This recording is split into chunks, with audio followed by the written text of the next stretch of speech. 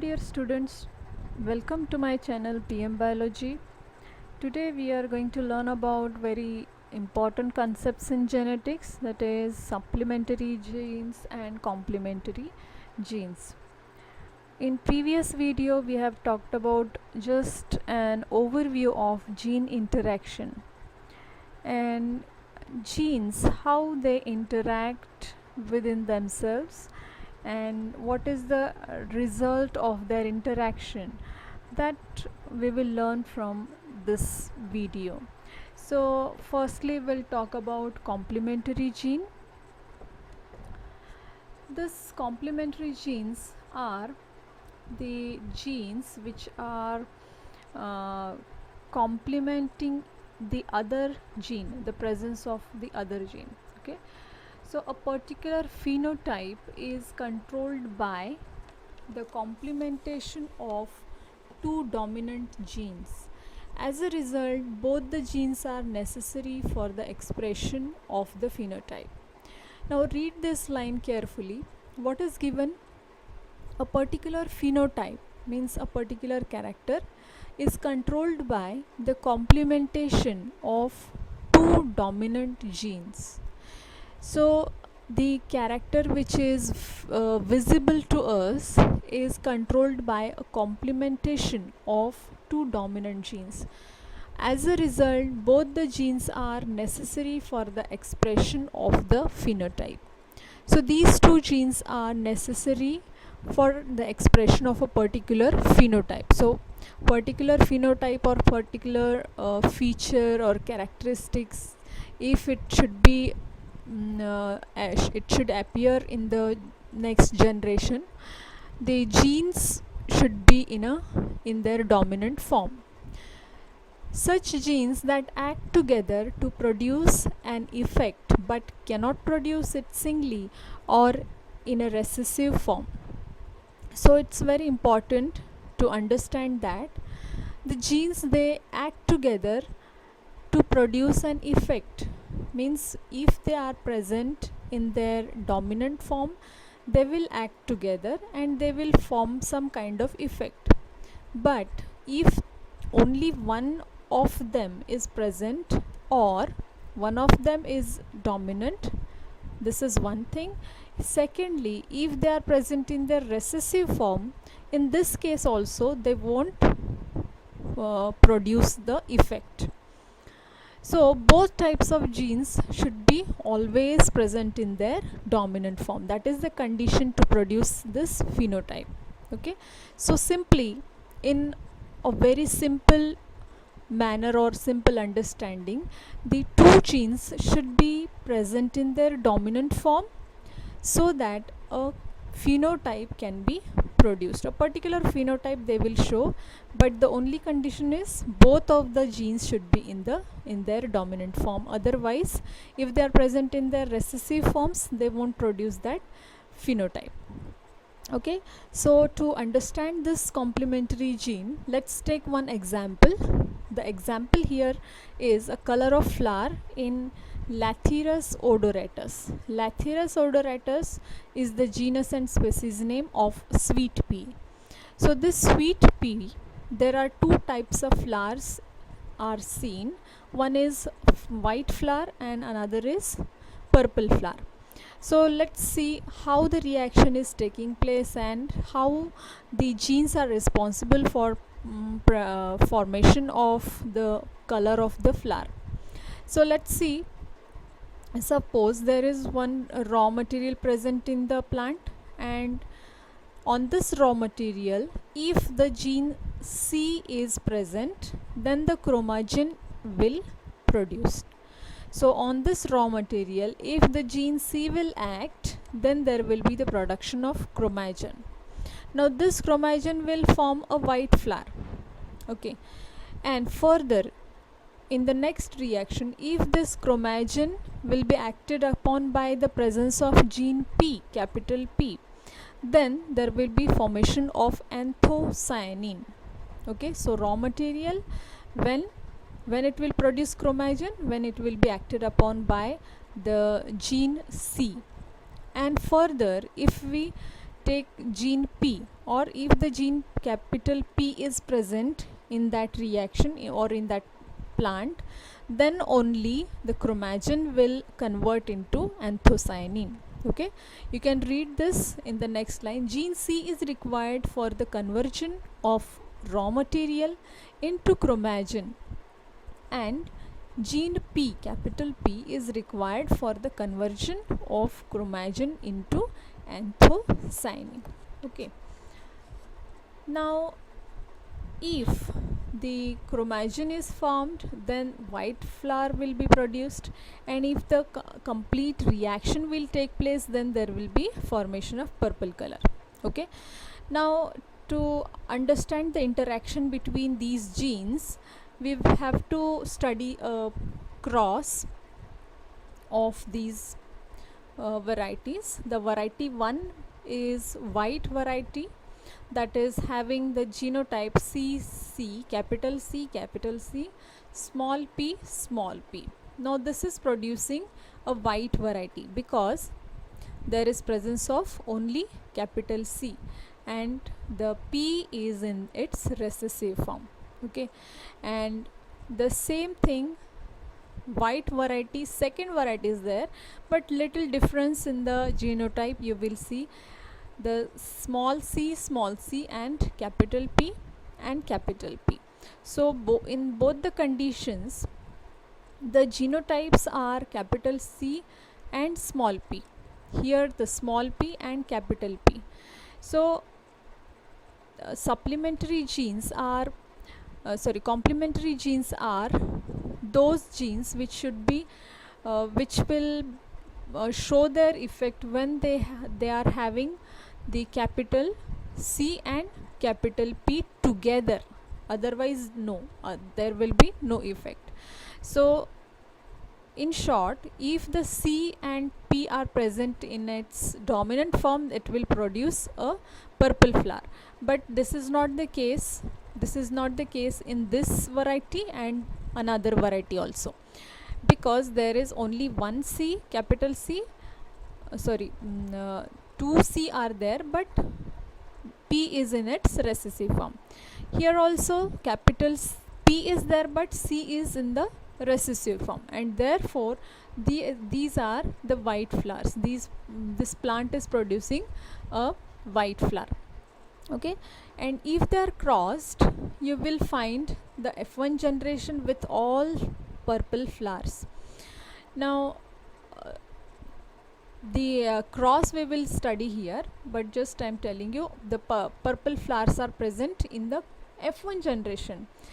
So don't get confused here. This is the F1 generation in which the purple flowers are capital C, small c, with genotype capital C, small c, capital P and small p.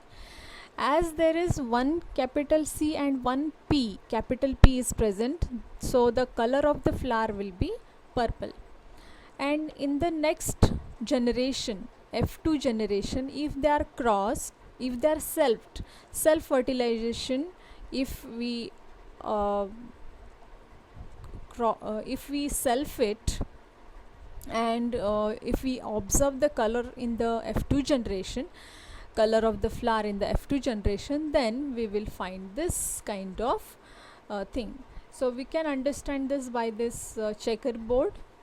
So let's take all the genotypes here, capital C, capital P.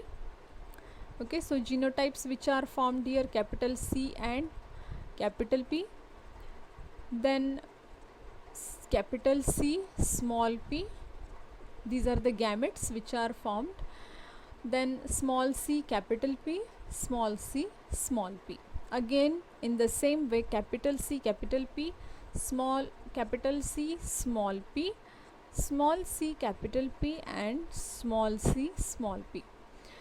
And if they fuse, they will form capital C, capital P, capital P. In the next condition, capital C, capital P, small p, capital C, small c, capital P, capital P, capital C, small c, capital P and small p. So in this way we will get the colors of the flowers in the second generation or F2 generation.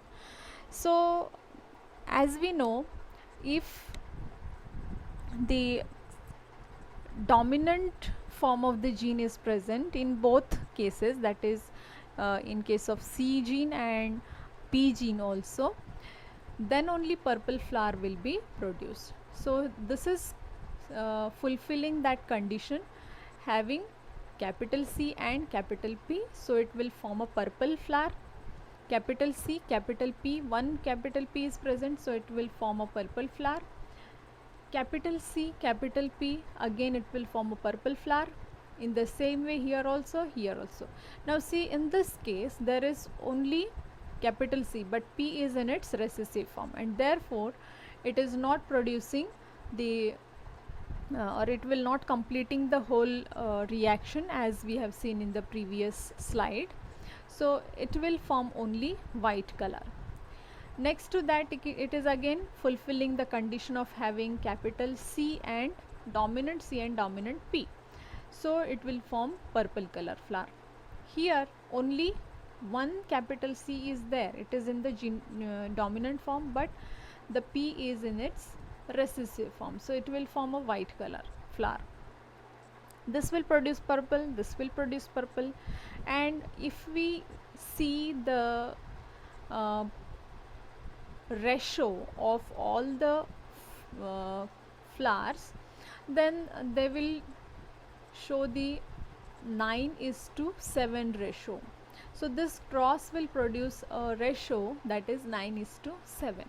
So purple flowers are 1, 2, 3, 4, 5, 6, 7, 8 and 9, and white color flowers are 1, 2, 3, 4, 5, 6, 7 white flowers are seen.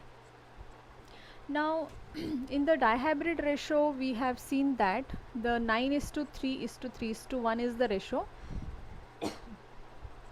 So this purple color flowers is to white color flower.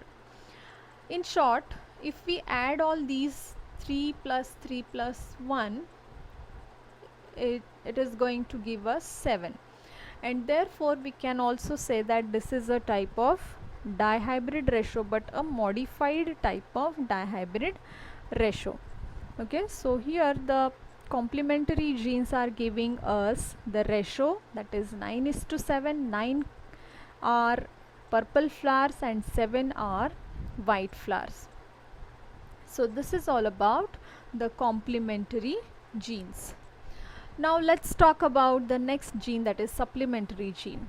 Now here, if you understand previous one, it will definitely going to be easy for you to get this concept clearly. The supplementary genes, in case of these supplementary genes interaction, the dominant allele of one of the two gene governing a character produces phenotypic effect. However, dominant allele of the other gene does not produce a phenotype effect on its own, but it is present with dominant allele of the first gene. It modifies the phenotypic effect produced by that gene. So what is the meaning of all these lines is, suppose there is one gene and that can easily express itself. So it expresses itself, but another gene is also present in that plant which is not able to express itself, and therefore one gene which expresses and another gene which is expressing itself, and another gene is not expressing itself. But if both are present in their dominant form together, they will form some third kind of color, another totally different from both. They will form some other color in the in that mice. So the example given here is the development of agouti color, coat color in mice. So skin color or coat color of the mice is the best example given here. And two genes, how they behave, how they, if they are present in their dominant form, then what will be the color? If they are present separately in their recessive form, then how they react or how they show their phenotype, that we will study here.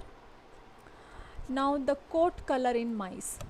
Now the cross which is given here, capital A small a, capital B small b, when it is crossed with the same or it is selfed in F2 generation, a capital A small a, capital B small b. Now the gametes which are formed are capital A, capital B, capital A small b, small a, capital B, small a, small b. So these same gametes will be present here also, and if you fuse them, then we'll get capital A, capital A, capital B, capital B. This is a grayish type of color, coat color which is formed here. Okay, so this is a mice with agouti color. This is also agouti color. Here in this case also capital A small a with both the dominant B genes, one dominant A gene, one dominant B gene, which is producing again the agouti color. Here also two of them are dominant, but in case of B gene one is dominant. So in this case also it will form a agouti color of the coat. Next to that, now see, this is capital A and small b, capital A and small b. This is producing a black color. Capital A small a, capital B small b, this will form agouti color because A and B are in its dominant form. Capital A small a, capital B small b is forming black color. Capital A small a, capital B is forming again the agouti color. Agouti color. Now here there is formation of white colored mice, and in the last two cases also it is forming white colored mice. Here it is black color and again agouti color. So this is the example of supplementary gene, and the ratio which we get here, that is 9:3:4. 9 agouti colored rats, 3 black colored rats, and 4 albino colored or white colored rats or mice. They are showing this kind of ratio, 9:3:4. Again, if we add them or if we separate them, we'll get 9:3:3:1, because this is completely having both the genotype, that is capital A, small a, small a, small b, small b. So both are in their recessive forms, and therefore it is purely albino colored mice. So it is again a kind of modified type of dihybrid ratio, and this is about the supplementary gene. Okay, I hope you understand this topic well. If you have any difficulties regarding this topic, please comment me in the comment section, and if you like this video, then then share with your friends and subscribe my channel. Thank you.